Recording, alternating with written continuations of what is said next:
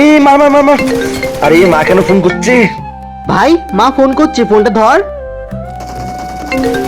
আরে আবারও মা ফোন করছে। ভাই মা আবার ফোন করছে, ফোনটা ধর। আরে কিছু না ভাই, ছাড়।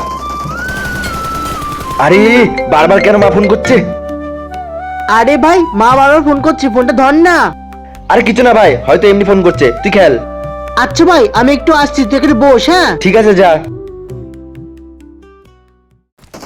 ভাই ভাই ভাই আরে কি হলো ভাই, তুই এত হাঁপাচ্ছিস কেন? ভাই তোর মায়ের খুব শরীর খারাপ, তুই তাড়াতাড়ি বাড়িতে যা।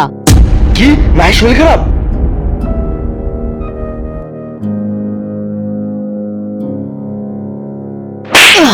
কি রে, তুই আর মায়ের নামে মিথ্যে কথা কেন বললি? আর মা তো ঠিকই আছে। ভাই তুই তো তোর মায়ের কলটা ধরছিলিস না, তাই আমাকে এই নাটকটা করতে হলো। আর যদি সত্যি তোর মায়ের কিছু হয়ে যেত তাহলে তুই কি করতিস? ভাই বাড়ি থেকে যদি কেউ কখনো কল করে তাহলে কলটা ধরার চেষ্টা করিস, কি বলা যায় সে কি বিপদে আছে। আর ভাই যাদের মা নেই তারাই বোঝে মা না থাকার যন্ত্রণাটা কি।